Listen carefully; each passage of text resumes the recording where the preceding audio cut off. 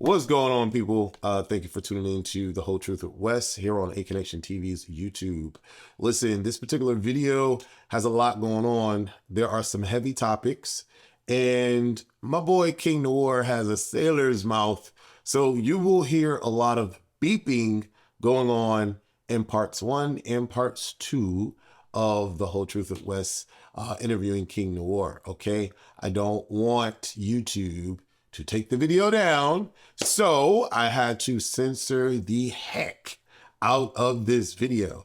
If you would like to see the unedited, fully raw, cursing, talking about all types of things kind of interview, then you can definitely support by downloading the ACTVPLUS app and watching the interview there. If you don't have a mobile device, I don't know what's going on, but you can go to actvplus.com and watch it there. We are also on Amazon Fire Stick TV and Roku. So iPhone, Android, Roku, Fire Stick, and your website, ACTV Plus. Check out the full interview there if you want to hear all of the beep, beep, beep, beep, beep, beep, beep, beep. If you don't want to hear all of the beep, beep, beep, beep.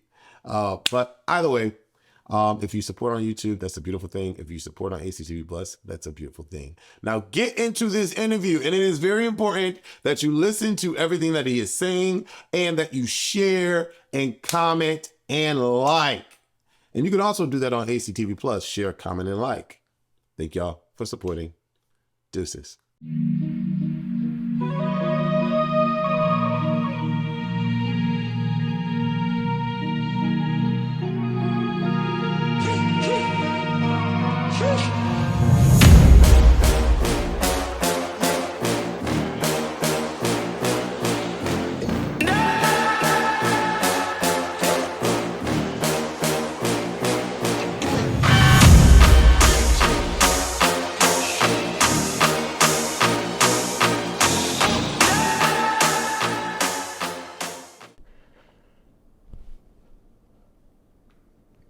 I'm saying we'll be here. It's saying now 151. Okay. You slide the mic just like this and just bring it towards you. Yep. That's good. Yes, sir. And try to position it so like just that part. Yep. Cool. Are you comfortable? Mm-hmm. All right. So we are recording and we're going to get this thing started. What's going on, beautiful people? I am Wes and you are watching The Whole Truth with Wes here on Aconnectiontv's YouTube channel. And I have a polarizing personality with me right now. And I'm very curious to learn more about you because I only see your stuff online. This is the first time we're actually meeting. And so says you, a fan suggested that you come on the show. Yeah. And I was like, oh, really? Okay, cool. This would be the opportunity to really learn some things about you. So let everybody know your real name and where you're from. My name is King Noire, San Salam. I am from Jersey. I grew up between Jersey City, Teaneck, and Camden, New Jersey. Okay. Also lived in Bayonne. Again, what else? North Bergen, the Bronx. Okay. I live in Tampa, Florida. Tampa, Florida. What brought you to Tampa? I opened a gym with my partner in Clearwater. Okay. So that and the fact that she took me to the beach, and being from Jersey, seeing the beach in Clearwater is like no cigarette butts or diapers and shit in the sand. So I was like, yo, I'm staying here. I love the beach. Okay. What are 5 key personality traits that would describe the type of man you are?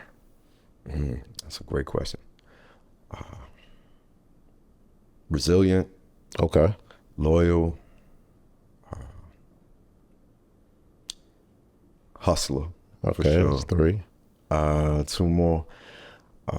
Compassionate. Okay. And empathetic. Oh, okay. Do you have any kids? Yes. What were you like as a child? I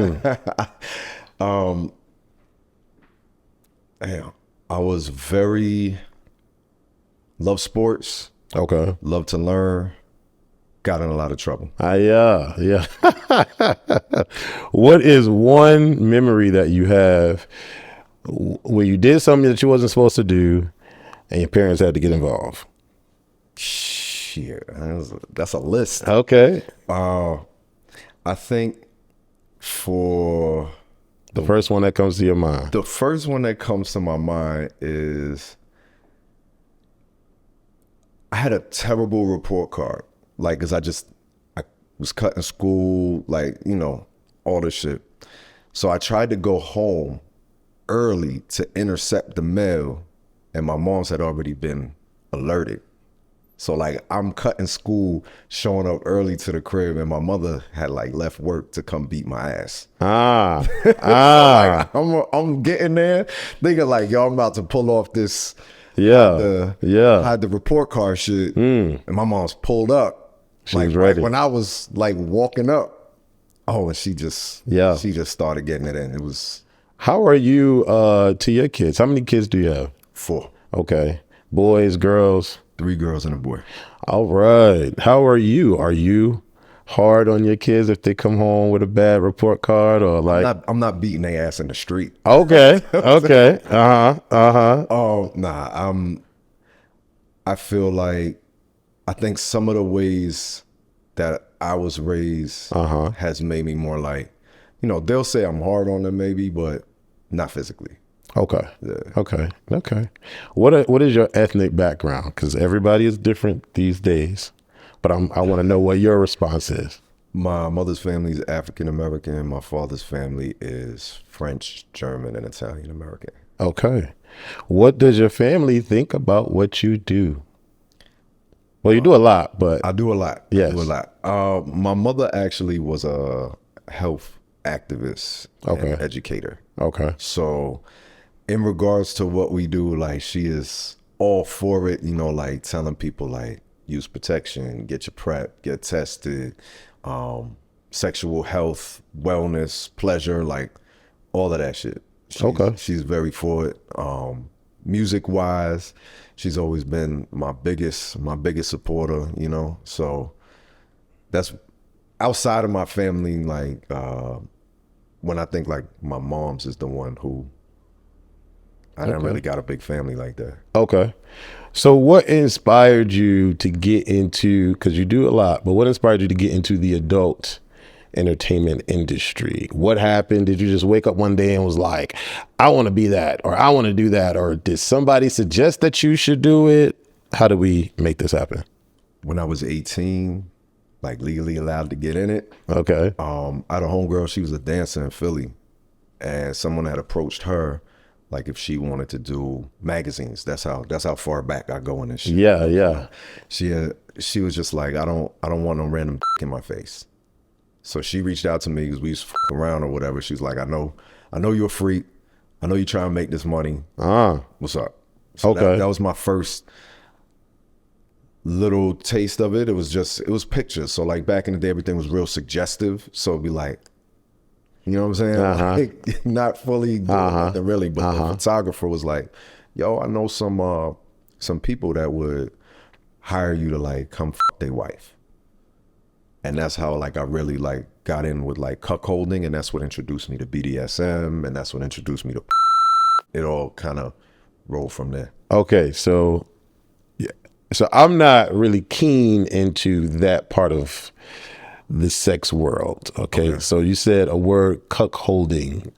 Did I say it right? Yeah. Okay, what is that? So cuckolding in like the classical definition of the shit is like it goes back to Europe long time ago. Okay. Like somebody knows that another man is f***ing their wife and they don't do nothing about it. Like that's kind of like the most basic way of it. Okay. Right? But through it's more like they like to watch, they might like to clean up, they might like to be dominated during the shit. There's like a whole lot of other elements I think that have come in through.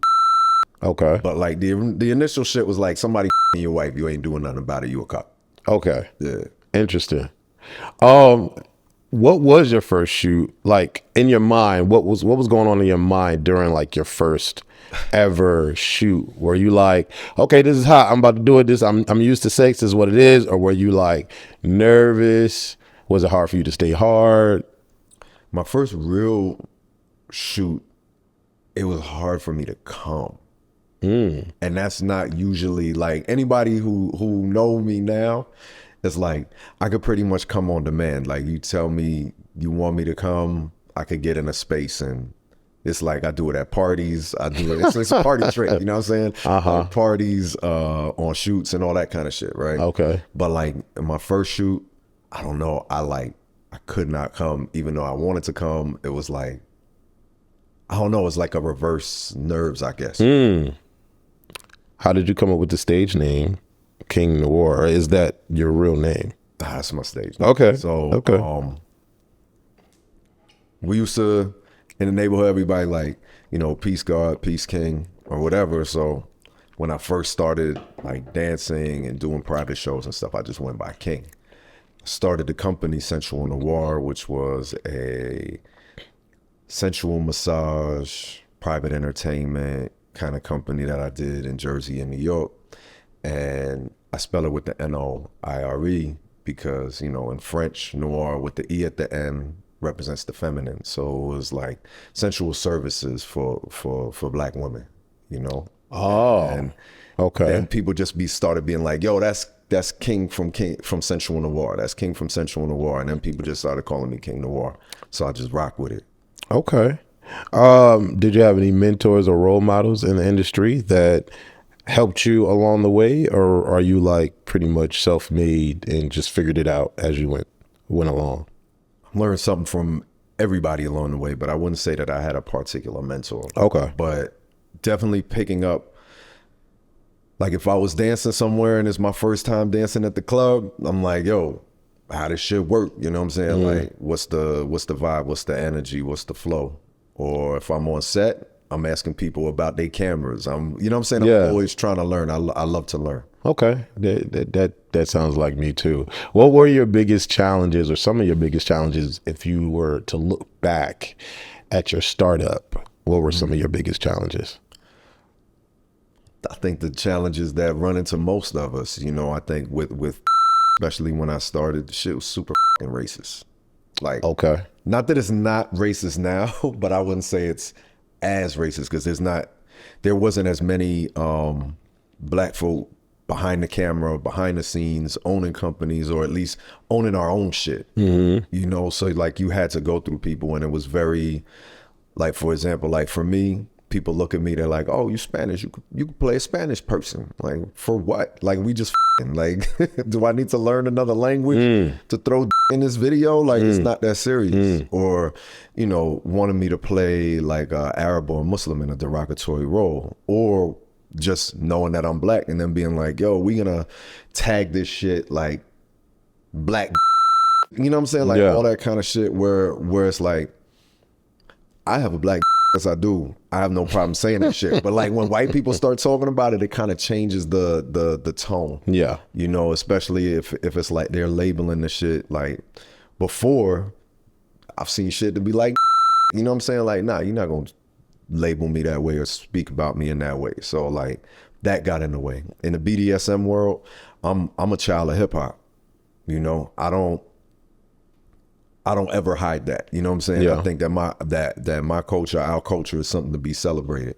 So like when I would go to dungeons and things like that, they'd be like, yo, the way you dressed is not suitable for this dungeon, right? Because I might have been, I don't know, this was like early 2000s. When you say dungeon, what does that mean? Dungeon, like, I guess to describe in the most basic way, like, doesn't have to have sex involved, but kind of like a sex club that has everything that's set up, whether it's slings, different harnesses, different implements, harnesses, cages, run down the line. And when people would be throwing munches or parties or things like that, and I showed up as me, and it's a primarily white space, and they looking at me like, nah, you don't match a dress code. When it's like, this motherfucker got belt buckle, leather, top to bottom, and you telling me I'm not welcome because of, let's just say jeans, right? Yeah. Denim is a fetish just as much as leather is a fetish. Or you telling them that it's all right for them to wear that type of shoes, but in our community, you know, being fly on your feet, I literally have a sneaker fetish. You know what I'm saying? So you're discounting my fetishes because it's not your culture. So a lot of times people will be like, nah, you can't come in. But then realizing like, I'm a client of somebody. I mean, I have a client, Yeah. and they booked me to be there. Yeah. And then it's like, no, he's here with me. Yeah. And then I go in there and or do my with the instruments or something like that, and then they're all cool with me. You know what I'm saying? So like that aspect, I feel like held back at certain times where I was getting booked, who was booking me, how much they were willing to book me for. So I send shout outs to all the people that was like that shit and booking me back in the day, for real. What would you tell your younger self? How old are you today? I'm 44. Hey, shout out to 44 Club. Hey, shout out, shout out, shout out. What would you tell your younger self?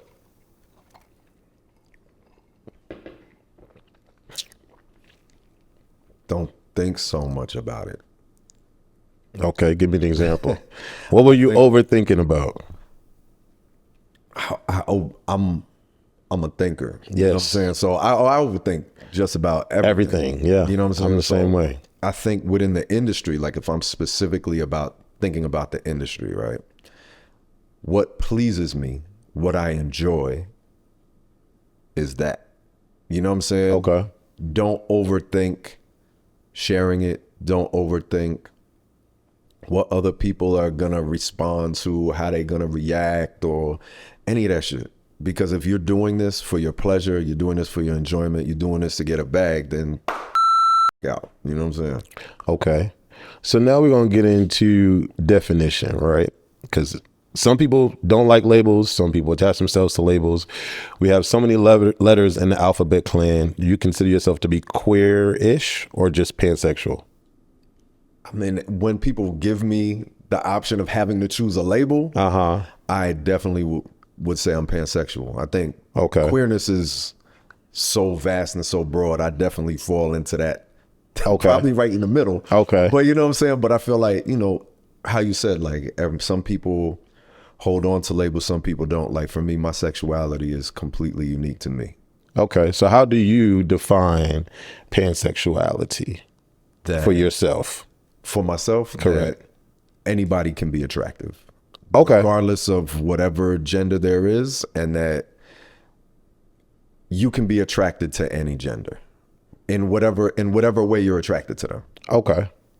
So first of all, let me just say to the people watching, all right, the questions that I'm asking are for people that don't know this world, right? And for me, because there's a lot of things that I don't know about the kink world, BDSM. I had to do some Googling, okay? So be patient with the questions, and then we're going to get to the fan questions after. But I am very curious about this stuff, right? Nah, no doubt. I'm here to answer all questions. So for you, in the Black community, things are very different for everybody, generally speaking, but definitely for the Black community. So when you think about queerness, gay, lesbian, pansexuality, whatever, there's a lot that comes with that in the Black community normally. Okay. For you, what was your journey? Did you start off being just straight? Did you start off bi? Like, what was your journey that led you to pansexuality, or did you just know that you are pansexual? That's a good question. I think when we speak about our community and how you said there's extra shit that come with it, we have outside forces and then forces within our community that are like really anti-discovering Black pleasure, period. Regardless of however you want to define yourself. Black love, loving yourself, not even getting to other people, just loving yourself and your skin and who you are. So like for me, I think I forced myself into labels for a long time because, you know, it's dangerous sometimes to be out of certain labels depending on who you grow up with, the family you grow up in, your neighborhood, who you run with, all that kind of shit. I have always been a freak. Like people have always thought I was a freak. You know what I'm saying? Like I was always sexually expressive, ahead of my time and shit, you know, and always very comfortable with everybody until people tell me there's something wrong with, you know what I'm saying? Okay. Like, you know, I definitely had So like my father, probably the most phobic human being you can have. Whatever kind of phobia there was, if it was about people, and he was also very angry. You know, so like from a very young age, and he was in and out of my life. So from a young age, he would pop in and be like, you know, this what a man's supposed to be, like in whatever aspect that might be for that day on his level of anger. Yeah. You feel me? So I think there were certain parts of myself that I to be safe. Yeah. Keep in the back of my head. Right. Shit, you know. Then I got kicked out of my house when I was 17 from my mother's house. Okay. And sex work was kind of like what really kept me alive for like from like 18 to like 22, 23. Like that was a time when I was around a lot of other people who were more explorative or more comfortable in themselves that I wasn't around. Did you get kicked out because of your sexuality? No, I got kicked out. Somebody for some drugs. Yeah. Okay. Somebody trying to disrespect my mother's house. Okay. But and I was just wilding. Yeah. You know what I'm saying? But I think being around other people, then like for example, like the cuckolding shit. 18, my first cuckolding experience. I'm getting paid. This dude's wife, he's sitting like right here, jerking off. You know what I'm saying? Like, I didn't give a you know what I'm saying? Like I was completely comfortable. Like, yeah, jerk your little dick over there and watch your wife get like she's supposed to. Okay. You know what I'm Why saying? had Like, to be jerking a little? Why? Because he had a little. Oh, okay. That was one of the reasons he wanted to be his wife. Got you. So like some people, they enjoy little tangent. I'll get back. Like, some people like being cuckolds because they want to be humiliated. Other people, they don't want to be humiliated. They want to have like a threesome experience, but it's still considered cuckolding in the way they enjoy it. You know what I'm saying? So definitely the first experiences that I had was like very much on the humiliation side of things. So like that's what even introduced me to like domination and submission and things like that. But like, so going back to the sexuality thing, like I think being around other people who are expressing their sexuality in different ways, maybe like, oh no, that's what's up. I'm attracted to this person in this way, or I'm attracted to this lifestyle in a different way. And that's when things started really opening up for me. Interesting. We got some questions, y'all, and this is about to get interesting, and I have a feeling. Have you faced any misunderstandings about pansexuality in the adult industry? Absolutely. It's not as prevalent as it was before, but definitely if you, within the industry, especially when I had started, they didn't really allow crossover. So like if you were pansexual, bisexual, or whatever, like if you were a man, then it was frowned upon.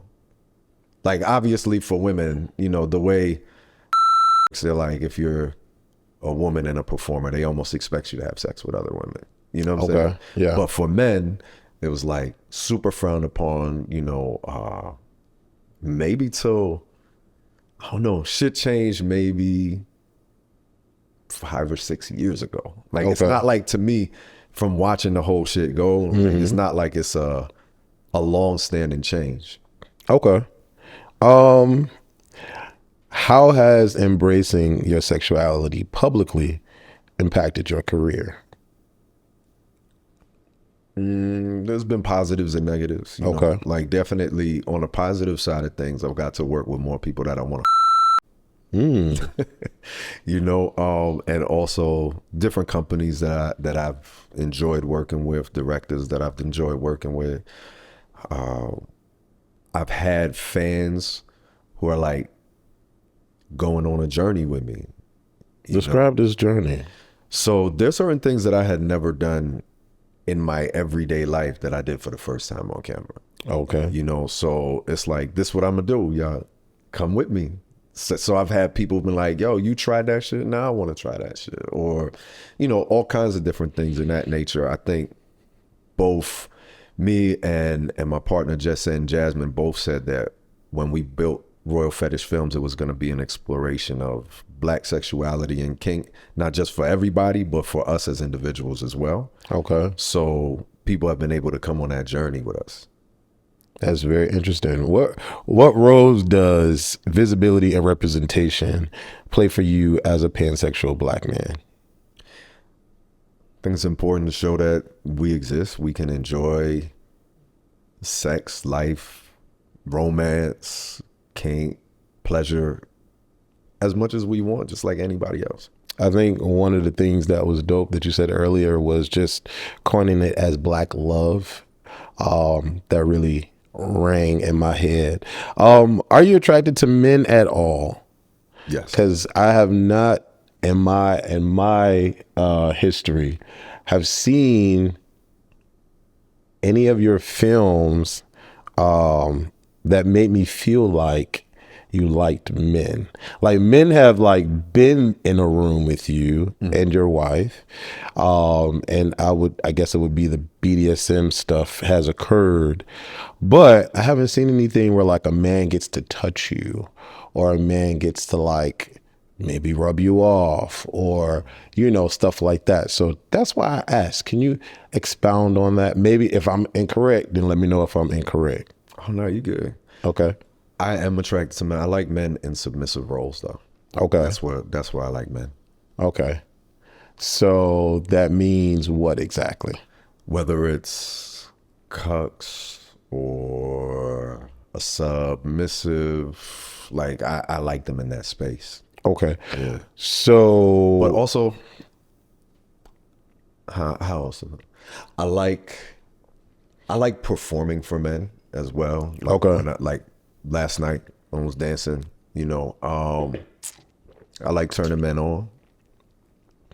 okay. I do like getting men off. I love it when they get off to me.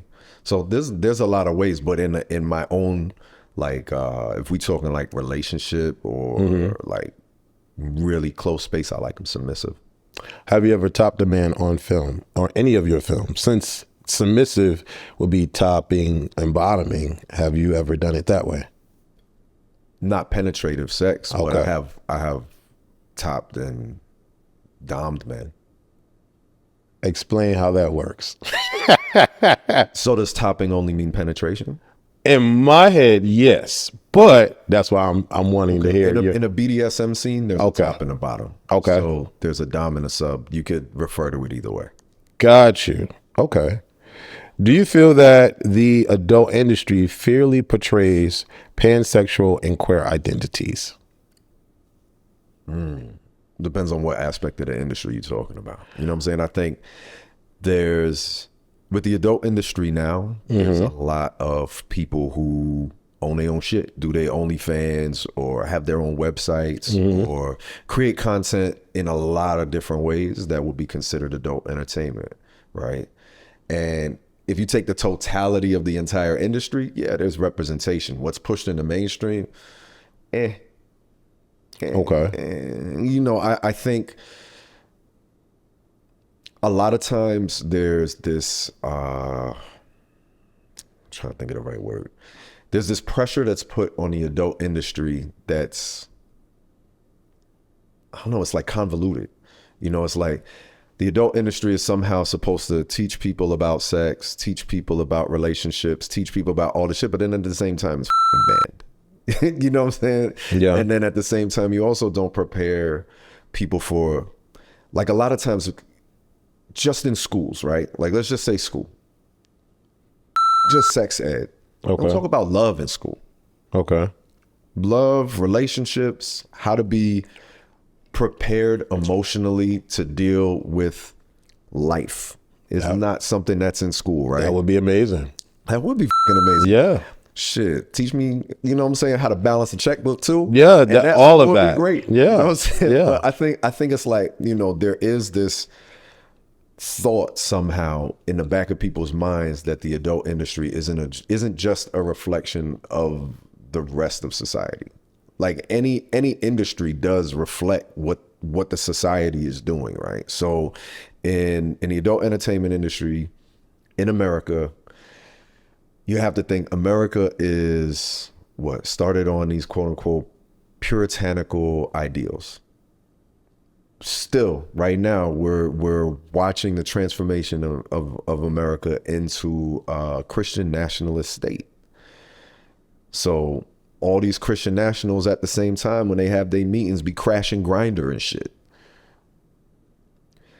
So what does that mean? How are we supposed to be in an industry that's vilified, but then at the same time, President of the United States hanging out with Stormy Daniels, you know what I'm saying? Like, I'm not gonna get into the particulars of it, but at least we know that part is a fact. Yeah, you know what I'm saying? So, but then at the same time wants to shut down our entire industry. So I don't think our society even properly shows pansexuality or bisexuality or polyamory or any other form of love, really, that is not patriarchal, one man, one woman, nuclear family, picket fence type shit. Yeah. And it's crazy because, you know, we started to see it shift a little bit, but like everything and everyone now is like really into this tribalism shit. And I do feel that also is affecting people who are not as good example. Sorry, my brain, I'm listening. my brain all over the place. I'm listening. Good example. The other day, what was it? Cracker Barrel changed their fucking logo.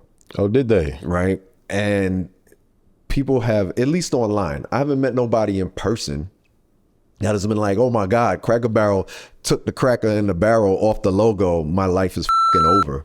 But these people are complaining about it, and it causes like this rage bait machine, right? Mm-hmm. So it starts maybe online on Truth Social or wherever white supremacists get their knowledge and information from. Then it transfers to Twitter, which has become that also. But then also now proliferates into the Black community, proliferates into the LGBTQIA community, so on and such forth, right? So this rage gets pushed. Then next thing you know is in Fox, CNN, so on and such forth. Mm-hmm. Our sexuality, our culture, our history, all that shit is going through these same rage bait cycles. Mm-hmm. The difference is you can debate whether you like Cracker Barrel's logo. You can debate whether you even like going in there and thinking about, hey, what would it be like to go to a fast food restaurant in 1880? You know what I'm saying? Mm-hmm. But you can't debate my right to exist as a Black pansexual man. You know what I'm saying? So like, no matter how much you rage bait the shit, like, they try to politicize issues that are not even like this. There's a fact, right? Yeah. And I think the adult industry is treated the same kind of way. Like, people are gonna wanna have pleasure. People deserve to have pleasure. People deserve to enjoy pleasure in different ways. Like, I'm an exhibitionist. I love it when people watch. That shit is a turn on to me. I do understand there should be rules and regulations and laws and shit like that, but don't try to eliminate me and keep me from getting anything. I hope that all came together properly. It came together. There's so much going on. Going on in my brain right now. Like, when, where, how, who introduced you? How did you meet your wife? When did that happen? What was the year? What was the moment? Explain. It's crazy. So my wife's brother, I've known since I was like 18 years old. They didn't know each other until maybe they were in their 30s, right? So they did a podcast because they had different mothers. Okay. So they didn't know each other. So they did a podcast to get to know each other. Okay. Yeah, it was really nice, really beautiful. Shout out to the Emotion Picture. DJ Victorious, the brother's name. And he did a show where he interviewed stars and what it was like for us dating. So at the time I was super single out here, and I was just man whoring across the globe. And Cinnamon Love was the other guest. Okay. And so that was, we hadn't met face to face. It was like calling into the show. And her first question for me was, how do you don't have AIDS? How come you don't? Okay. Like, oh, shit. All right. And she was just like, y'all so many people. Yeah. Y'all all the people. I don't see no condoms. And my first reaction was like, I like people that are straightforward. You know what I'm saying? Like, I that shit. Okay. So there was that. And then, the conversation kept going. And she, at the time, was teaching pole dancing and doing like sex toy parties. And she was like, people always are asking me at these sex toy parties, the man thinks. How the do I know what a man thinks? I brought it. So she was like, so I brought a man for y'all to ask. And at the time, like I said, I had started Sensual Noire. So I was doing erotic massages. I was doing like live stroke shows, live sex shows, and all this other stuff. So we started doing fantasy flight parties together. From there, started dating. Okay. So how long have y'all been together, and how long have y'all been married? 2011. Okay, 2011 is when y'all met, or when y'all got married? Like when we really started cracking. Gotcha. But it was like the end of 2010, I guess, that we met. Yeah. Okay. And we've just been married because we say so. I like that. I like that. Describe what love is for you two, and how do you stay strong as partners doing the work that you do? When we first got together, I said to her, I don't ever want to be in a monogamous relationship again. And she was like, good. I don't ever want a man telling me what to do. And our relationship is based in that. I'm very polyamorous. I'm also a whore, you know what I'm saying? And she is a sexual opportunist. So she enjoys, like I'm a hunter, you know what I'm saying? So she enjoys what I bring. You know what I mean? So I like that. That's interesting. I like to find women and men that will please her as well.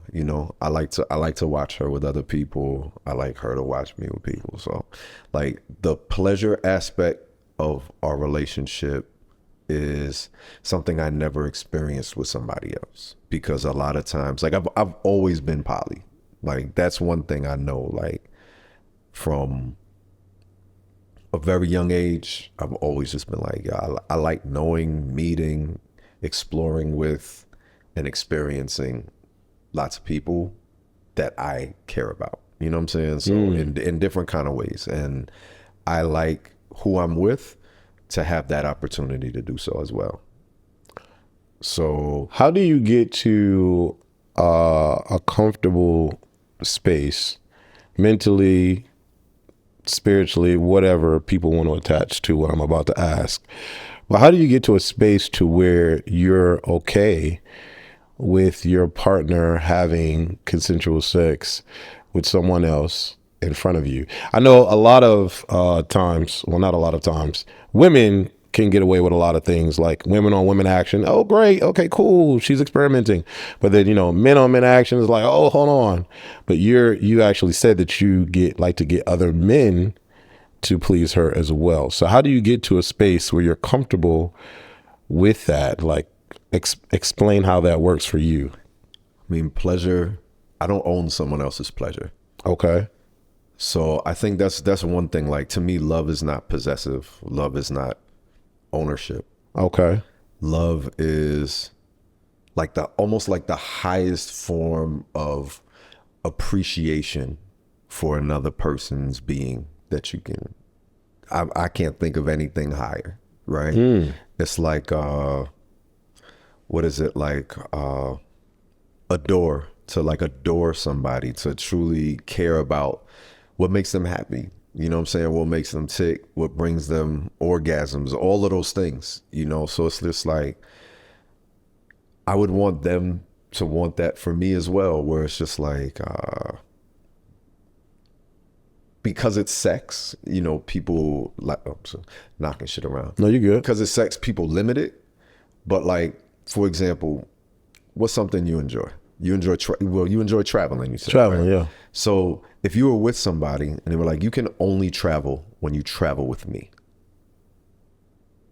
that could limit the places you see, the places you go, the things you do, because they might have a shit ass work schedule, or they might not like some of the places that you want to go to, you know. And I think that a lot of times we put pressure on ourselves in relationships where it's like, I have to be all the things for this person. And usually it's only sex when people be like, damn, that's up. But like, think of all the things with any of your partners that you've been with that they might really that you like, that shit is whack, yo. Or like, not even whack, but you might be like, yo, that's not my bag, or I don't enjoy that shit the way you do. Does that mean you don't love them? No. It just means that y'all have different tastes with certain shit, and you can appreciate their love for that shit. You know what I'm saying? Or you might even be able to support them with that shit, but you might not be able to fully engage and live that shit with them like someone else who is into that shit. Mm-hmm. Like, oh, I'm trying to think of, you know, like people that's into Star Trek. Mm-hmm. I don't like Star Trek. Right. I can't, I don't want to watch Star Trek. Okay. But if you, and I love you, I'm gonna watch a couple of them Johns with you, but I don't know if I'm gonna be like, I'm not gonna be a full Trekkie with you out this. You know what's interesting? As I'm sitting talking to you, I'm getting a lot of realization about myself. The situation that I told you about, I'm not going to get specific because I'm still filming, but my travel that I just went on, and I explained the situation to you about that person liking what they like, and me not knowing what that world is like because I'm not that person. Everything that you're saying right now, if I would have had this conversation with you before I took that trip, my brain would have been wired to allow that person to enjoy what he normally likes to enjoy, absent me, and not create that much of a fuss about it or make it about me or like make a whole ordeal about it. So it's just very interesting when you said you like to travel, right?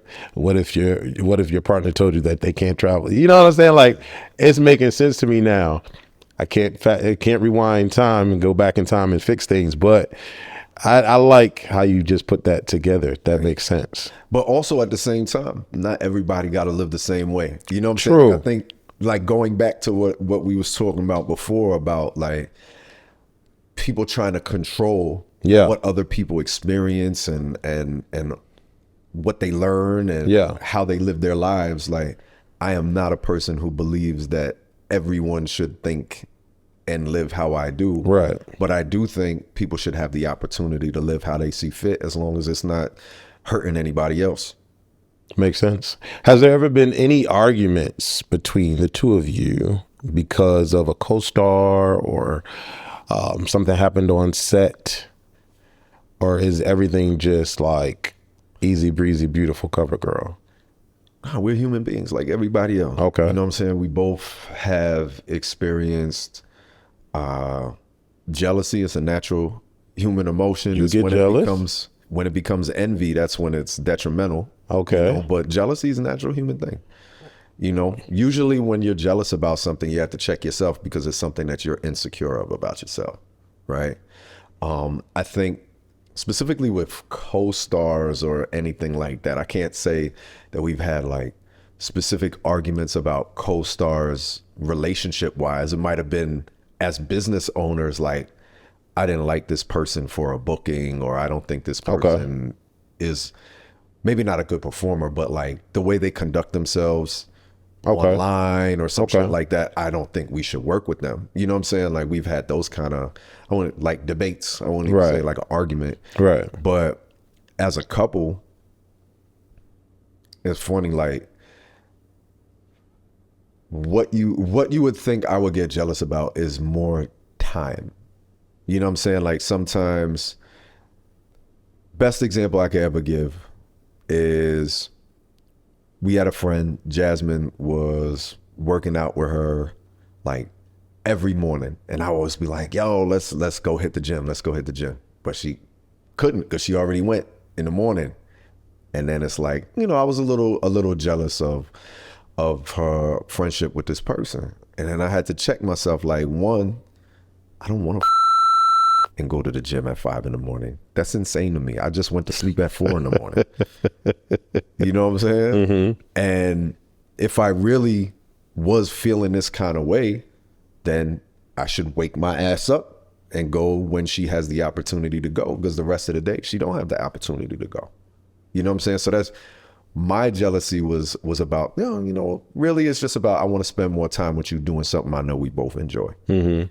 So I checked myself on that shit, because it's like, this person ain't do that shit to me. Right. You know what I'm saying? Right. Just trying to enjoy the gym as well. Right. You know, and usually it boils down to some shit like that with jealousy.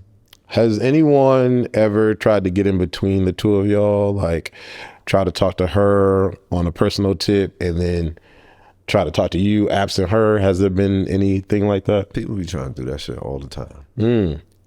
And all the time, it's like, y'all really thought we don't talk to each other? Like, I think it's more in the sense of like,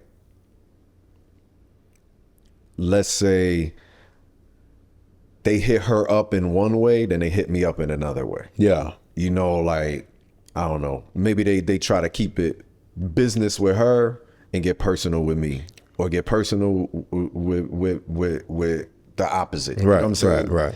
And usually it's because they don't want to do business. They're only reaching out to the person in the business aspect of things to try and make it seem like it's all good. And then the other one of us, they reaching out on some personal right shit. And it's like, we are very openly polyamorous. You don't need to do this shit. We literally together. You could just talk to us straight up. You could put us on a message together. That's actually what we would prefer. Hit us up at the same time. Yeah. Okay. Even if you're more interested in one, just say that on some respectful shit. Hit us up together so we know, so we can see how you moving. Don't do that shit on some snake shit. That's whack. Okay. You often speak about the decolonization of sex. For people who may not understand that concept, how would you define it, and why is it important today? Oh man, it's so important today. So being here in America at a time where we're seeing them threaten the Smithsonian and the African American History Museum with taking out facts of our existence and saying that slavery should not be spoken on so harshly, right? I live in Florida, where we have PragerU in the school system, where they were also trying to say slavery ain't so bad. And what was it? DeSantis said that, slavery provided you with jobs and skills, as if our ancestors didn't come here with those already. I saw this thing that said that more land was moved in South Carolina on the rice plantations than was moved to build the pyramids. Our ancestors that were brought here weren't just, inanimate objects. They were people with cultural history, with families, with lives, with skills, with fantasies, with, we're always told about our ancestors as if they're just like an empty vessel with no mind and thoughts and dreams and hopes and loves and passions and all these things, right? Just slaves, just bodies. And that's what we were treated as here for 500 years. The number one product that was sold here was not cotton, it was not rice, it was not sugar, it was people. We can trace my family back to a plantation in Virginia and Maryland. The number one product in Virginia and Maryland, they were breeding plantations. So we've been told here what our sex was for. Our sex was to make more of us so they could sell more of us, so they could get rich off of us. America's the richest country that has ever existed on this planet because of selling our ancestors and breeding us like chattel, right? So what comes of that? We were men, women, and children constantly. We were beaten. When we were lynched, they would cut off. When women were quartered, they would rip out the uterus. Our sexual organs have been treated as weapons against white supremacy since we've been here, right? Where do you find black love in that? You know what I'm saying? We had to sneak away. We had to steal away to jump a broom to be married. If we were loved and loved someone else, we were separated if there was too much love. So decolonizing is taking away those restraints, those thoughts, you know, like even when we talk about things like pansexuality, bisexuality, homosexuality, it was super frowned upon us to be that, because especially if you were gay or lesbian, because they would feel you weren't producing kids for them to make money off of. Love wasn't even a thought. So being gay, being lesbian, it's a revolutionary act. And then even more importantly, when we look back at the civilizations and societies in which our ancestors were stolen from, they were not purely patriarchal. They were not, and when I say this, like, Africa is a giant place. And all different forms of societies existed.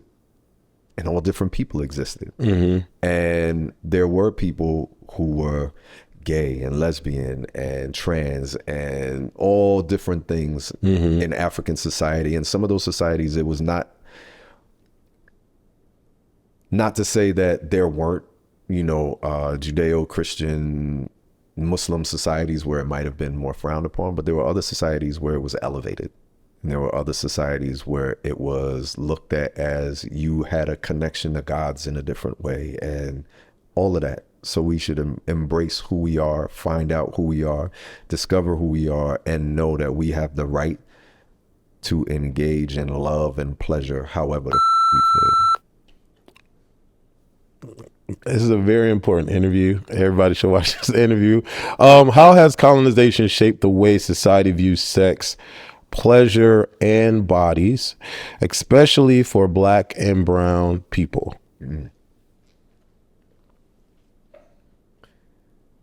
When you think of colonial empires, a colony existed specifically for the enrichment of the kingdom or country that colonized them. So like, let's take like Puerto Rico, for example. Puerto Rico is still a colony. Regardless of whatever anyone want to say, Puerto Rico is a colony of the United States right now.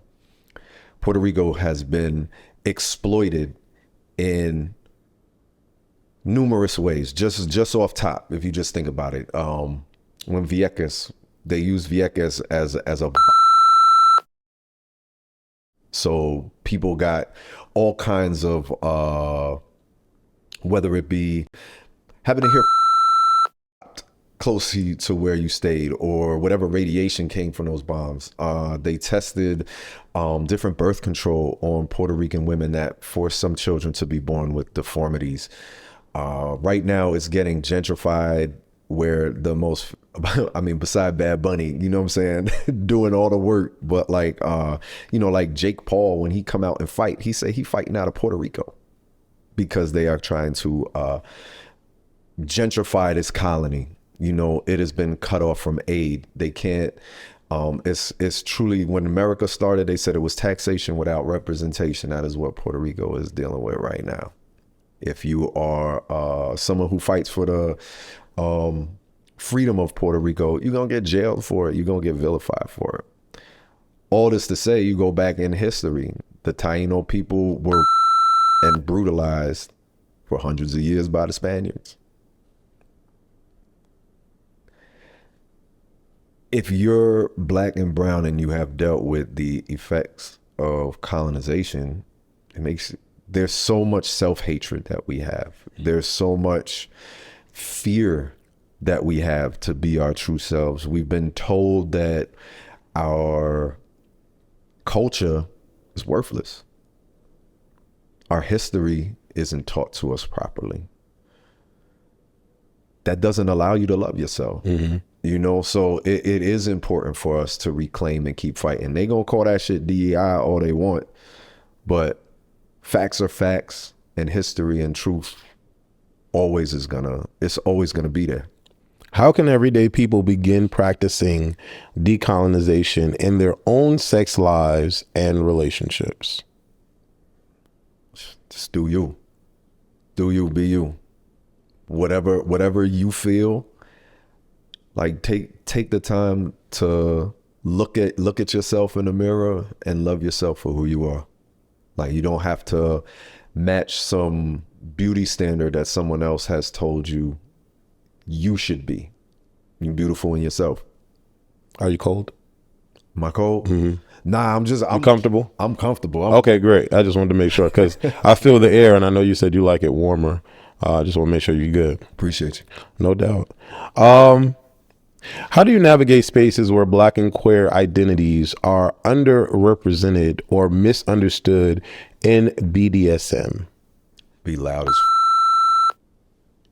you know, like, definitely, like, what's the old March saying, like, we here, we queer, like, you know, I think it's important to stand up and hold your head high no matter where you are.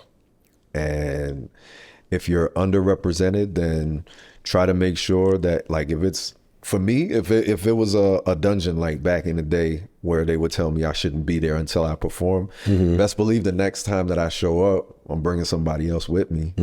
You know, if it's an event that I've performed at, I'm trying to bring more people like me on that stage with me.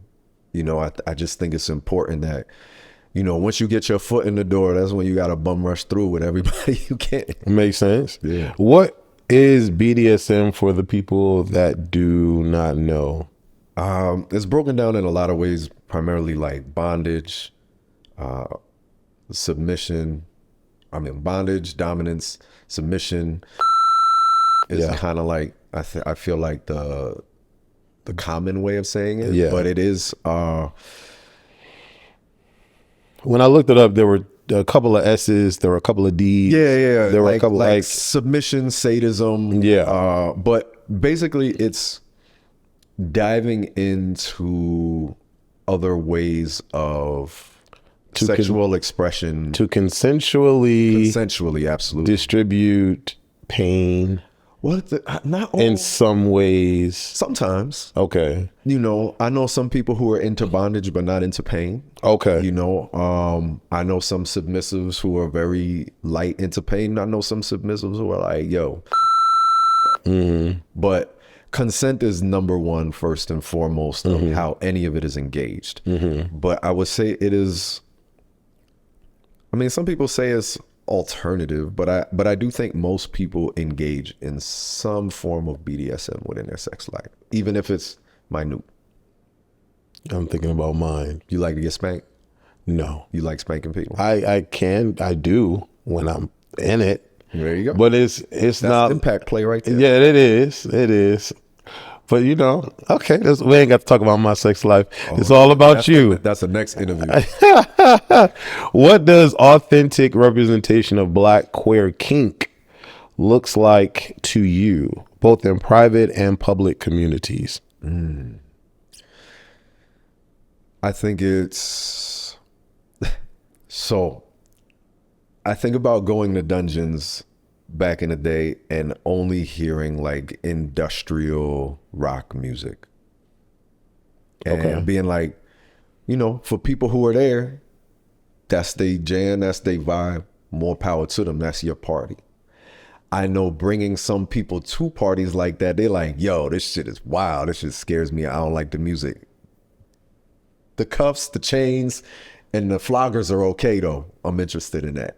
You know what I'm Okay. saying? So like for us, that's why when we started doing fantasy flight parties and we started doing our like traveling and like what we did kink in Costa Rica and things like that, we're gonna play our music. Like just something so simple does make people feel comfortable in a different way.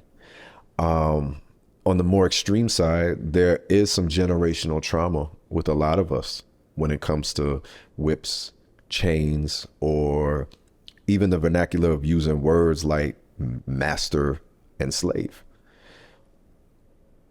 But at the same time, we also do have, even within our own community, we have kinks and fetishes that were not as widely recognized as kinks and fetishes. A lot of times when you think about colonialization and how it's affected us, it's how we're viewed, right? Like, you know, that magical Negro kind of stereotype where it's like, we can just do things, whether it's dunk a basketball, dance, rap, or it's like we just have this innate sense of rhythm and all this stuff about you. Like none of these things actually take practice and skill and understanding and learning and all this other stuff, right?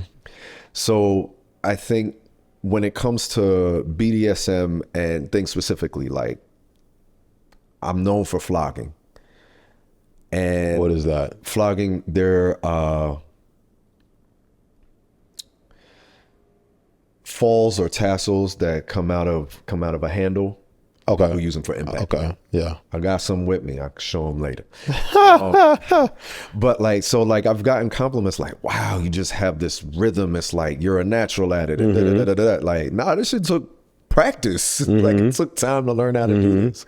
But people view us in this way. And I think that being able for us to experience BDSM and kink within our own spaces, to not also get fetishized within those spaces is important, but also being able to learn and experience in a way that also embraces our culture and our fetishes. Like, for example, if I see, growing up in Jersey, if I see a woman in 5411 Reeboks, it takes me to a place. Or a woman in Tim's, takes me to a place. Or even last night, there was this dude that was dancing in Tim's, and I was like, yeah, that takes me to a place, you know? But those old BDSM parties, if I showed up in Tim's, they would try to turn me away. But like I said, they all right with these other type of boots. You feel me? So it's like us having our own space is also important. So then we know what can be, if we're in a shared space, like y'all could do you, we could do us together, but you're not going to minimalize these parts of our shit. Right. How can BDSM spaces be more inclusive for people of color and queer folks? As if it's put on by someone else? Just in general. I mean, I think it's inclusive to just have us there. Like, I think a lot of times, you know, that's number one, but also it's like the marketing. You know, when you see like a lot of swingers clubs or dungeon flyers and you don't see any black people on it, you're like, I don't think they want me there. Yeah. I don't know if I'm gonna be safe there. So it's like just the most basic shit of marketing. Yeah. You know, post your flyers in spaces or hand them out in spaces where we at. It makes sense. And then I can't say it enough. Do not racialize everything. Because I think like I was on a swingers cruise and we were working the swingers cruise as like dungeon masters for the BDSM room. But they also had this thing called the chocolate room. And so this white lady come up to me and she's like, are you here for the chocolate room? I was like, this is a chocolate room. And then they're like, oh, it's black men. Then the white people go there. I'm like, do y'all do this for anybody else? Do you have any other flavors besides chocolate, or is it only us that you're doing this with? You know, and that's when to me that's not inclusive. To me, that's now you're using us as your fetish. I think when we started Royal Fetish Films, we wanted to show Black kink sexuality and fetishes as us engaging and exploring fetishes, not us being your fetish. Yeah. Like when people say like, what's your favorite kink or your favorite fetish? If they're like black, like, no, I'm a person. I'm not a fetish. A fetish is either an inanimate object or like a fantasy or a scenario. Yeah. You know, it's something that brings you sexual arousal that's not directly related to procreation. I understand everything that you're saying, right? But we both are in a public space where we see the marketing, we understand the marketing. I am doing a party next year, and I've coined it a Black Gay Cruise, right? And the reason why I had to do that is because I'm a cruiser. We don't really see a lot of us on cruises, naturally speaking, right? Like I just went on a cruise this past a couple of weeks ago, and there were more Black people than normal, because usually it's just not a lot of us on these cruises, but there weren't a lot of Black gay people on the cruise, right? And so when I one of the reasons why I coined my trip a Black Gay Party is so that right away, you know that this is something that you'll enjoy. Because if it's not coined that, then naturally the way people think is that the mass majority, which will be straight, white, whatever, would attend the party. And then on top of that, a lot of us, and this is problematic at the same time, but a lot of us don't like to mix with other crowds. I coined the trip Black Gay Party. People are like, I don't want to see any women. I don't want to see any white people. I don't. And I'm like, pause. This is going to be a mixed cruise. Okay. There's just going to be a lot more of us on the cruise because I'm throwing this party. And then I've had some white people be like, oh, can I not come to this because it's only Black? I'm like, no, that's not the case. And then I have to explain why I call it that. So I do understand what you're saying, but I also feel like at the same time, there's some, we need to uncondition our minds to be okay with it just being a gay party. And then us knowing that Black can go to that, right? Because I'm not saying you. I'm speaking on white people. Okay. Specifically have a room called the chocolate room. Gotcha. That shit is racist. Okay. Like, yo, mostly because they don't have any other room flavor. Yeah, rooms. I got you. Fetishizing Black folk. Got you. You having a Black Gay Cruise, I'm not saying that's wrong at all. Okay. I do think it is important for us to have our own spaces. I think it's important for everybody to have their own spaces. You know what I'm saying? I'm very pro everybody sharing space as well, but I do think it's such like a nuanced conversation, because so many people want to just say, like, you know, with anything, it's one way or the other. Yeah. But we have been told not to love who we are for a long time. Yeah. So it is important for us to have our own spaces to share love, be loved, course, and all of that. So don't get me wrong. But like, if I threw a cruise and I was like, I don't know, if people, most of my fans are Black and brown people. So that would probably be the majority of the people on the cruise. And then we just had one room, and we like, this is the Snow Bunny room. Oh, yeah. We're like, no, what the that seemed a little off. You know what I'm saying? So I do think it is kind of like, now I'm putting this one group, like, I never said y'all could or could not come, but I am taking you and putting you in this room. Like, that's your only space. And people are now coming in there with the expectation of, oh, you in the Snow Bunny room? So what's up? Like, that's how that lady approached me. Like, you in the chocolate room? I have like, she had ownership of some part of me now. So like, that's my thing. But what you doing is great. I'm trying to be on one of them cruises. Let's stop playing. When did you get into BDSM? I have really been into it as far back as I can remember. I just didn't know the words for it. Like, I've always liked tying people up, spanking them, all that kind of shit. What are some myths that you would like to debunk about BDSM? I think the first one is that it is based solely on hurting people. Okay. Even if pain is involved, some of us like a little bit of pain with our pleasure. Cause I mean, that's Like what comes to my mind. I like getting bit, or like I like Bit hard. sometimes I like nails in my back. You know, Okay. shit. I like getting spanked sometimes. I like getting choked. You know what I'm saying? Like that's pleasure for me. Do you have this in any of your videos? I do. I have it in a lot of them. If you just ran up on me though and just started in the street, not consensually, right, then that is pain. That is not good. Then we okay.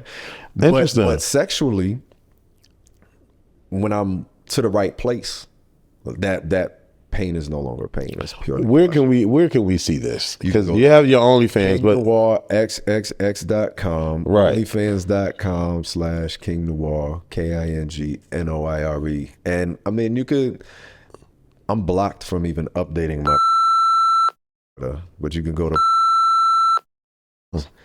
it's not that it's down, you just can't get on it from Florida without having to upload a whole bunch of you can't get on it from Georgia. Yeah, you can't get on it from Texas, a lot of states. Yeah, I think they just passed the law in the UK.